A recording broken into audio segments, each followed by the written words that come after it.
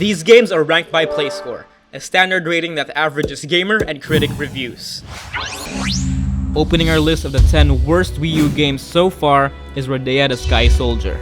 What was supposedly Yuji Naka's comeback game turned out to be another sour disappointment. A port of the equally clunky 3DS version, the poor Sky Soldier was stuck with the frustrating stylus controls that just didn't seem to work, while the Wii version bundled with it provides some solace, giving you a glimpse of the Sonic and Knights-based gameplay. It still feels pretty lacking overall. For a game released within the decade, it just feels very outdated with its sparse landscape and dull color choices that might have worked if it was 1995. Hint, it's not. If you know what you're getting into, Rodeo offers a decent enough experience that fans of Sonic might really enjoy. But if you don't want to deal with its problematic camera and aggravating combat, that's also a perfectly reasonable choice. It has a play score of 6.07. Number 9 is Frenchy Bird. It's not just the name that's awful about this game, that's just the beginning. Years after Dong Nguyen's Flappy Bird, there's still hundreds out there trying to duplicate its frustratingly addictive gameplay. This is one of them. Slap it on a 3-dimensional plane, add a bright Parisian vibe, and voila! You get one of Wii U's crappiest titles. Other than avoiding lampposts and climbing the leaderboards to show off the whole Miiverse, there's really not much else to it. Once you get the knack of it, it's easy to get bored and leave it at that. With its overly simplistic mechanics worthy of a mobile shovelware, we're not really sure how it even got through quality control. It's definitely not something to sink your money on, and please, no more Flappy Bird. It has a play score of 6.02. Number 8 is Adventure Time Explore the Dungeon because I don't know. For a game based on quirky explorations, mathematical adventures, and thoughtful journeys through kingdoms and relationships, this game totally does the beloved series a disservice. While it lets you run through hundreds of dungeons and beat random monsters, it doesn't really have what it takes to be a roguelike action adventure either. Without a proper leveling system and the exciting loot to reach for, it doesn't have the rewarding experience that the genre usually offers. The dungeons just keep going on and on without so much as a change of creatures or treasures. Even the controls are iffy, with attacks that need to be the perfect angle to hit. With forgettable storyline and lack of customizations, and it's just boring and tedious. Sure, it has the charming dialogue and cute 16-bit art style, but other than that, there's no Adventure Time fun to be had here. It has a play score of 6.02. Number 7 is 007 Legends. The world-class spy with a license to kill might need to have his license revoked after this disappointing flop. Celebrating the 50th anniversary of the beloved series, this game combined many of its iconic films into one ultimate celebration. Except it wasn't. With all the movies joined by one near-death flashback of Daniel Craig's dreary iteration, it doesn't even bother to form one coherent plotline, leaving a plethora of glaring narrative holes. The gameplay isn't any better. Without any place to use Bond's elite training, every objective is spelled out to you. Stages are filled with dummy AIs, and the stealth stages just end up being another firefight with poor game design. Don't get us started with the QuickTime event boss battles. And instead of letting you play through the classic moments, you end up being a mere audience to the drama which sucks the fun out of it. Might as well play GoldenEye. It has a play score of 6.02. Number 6 is Maze. What's so good about collecting coins in the middle of various labyrinths? Nothing, apparently.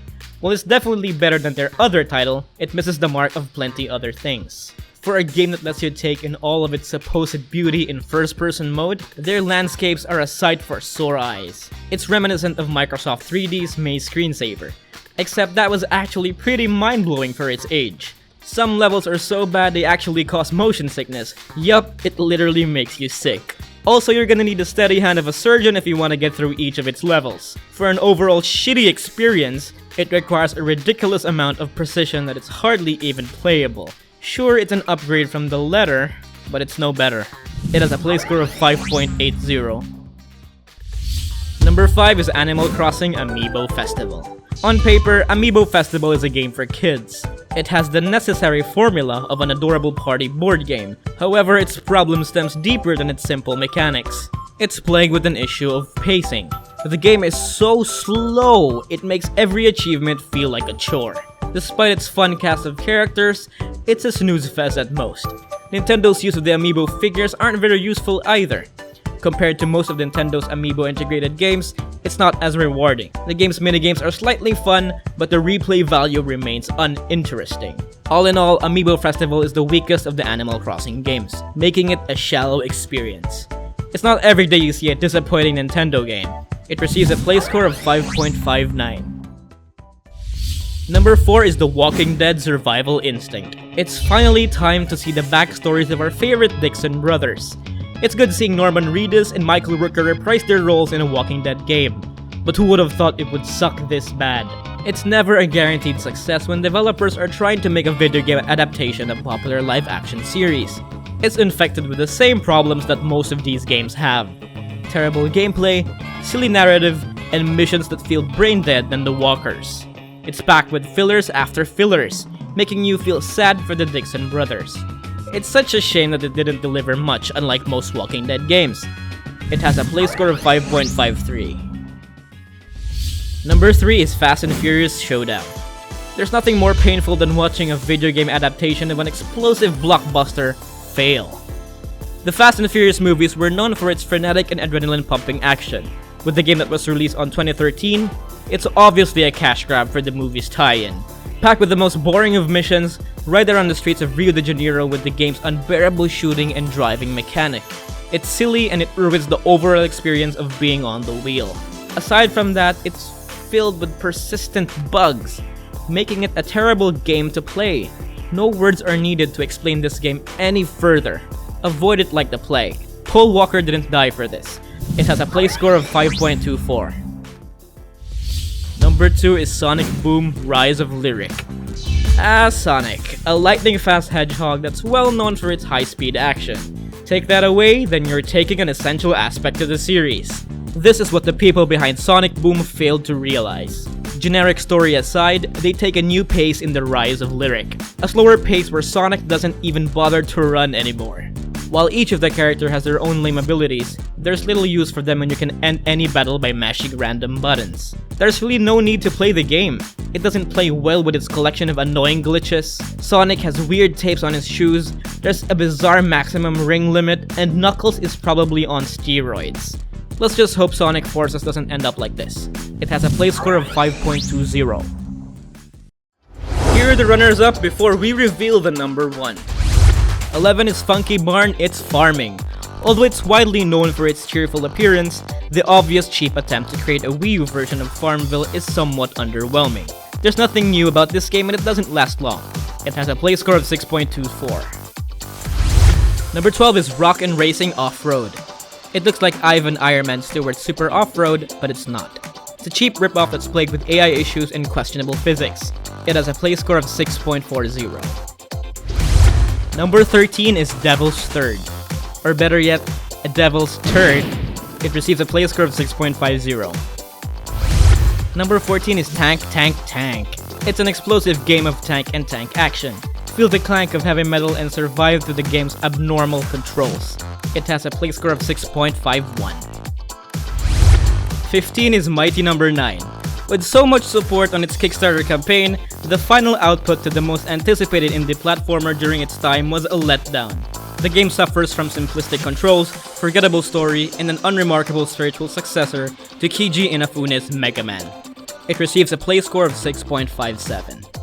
And the worst Wii U game of all time is The Letter.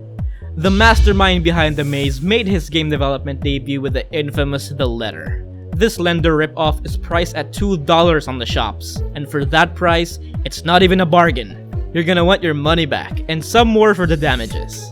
It's not because this first-person horror survival game is extremely scary, you'll crap your pants.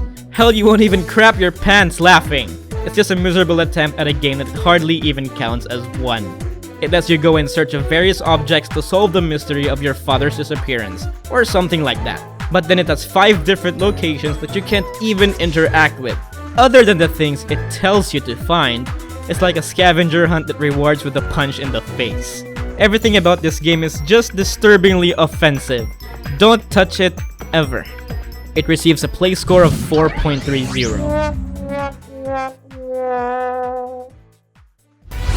Thank you to these awesome contributors from all around the world who helped us translate our videos to the respective languages.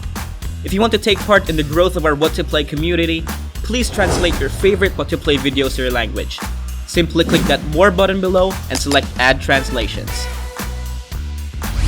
We publish 4 gaming videos every week, so don't miss any of them. Click that bell button beside subscribe, check the send me box, and save. Don't forget to like and share this video to your friends. To receive the latest play score and gaming updates, follow us on Twitter, Facebook, Instagram, and Google+.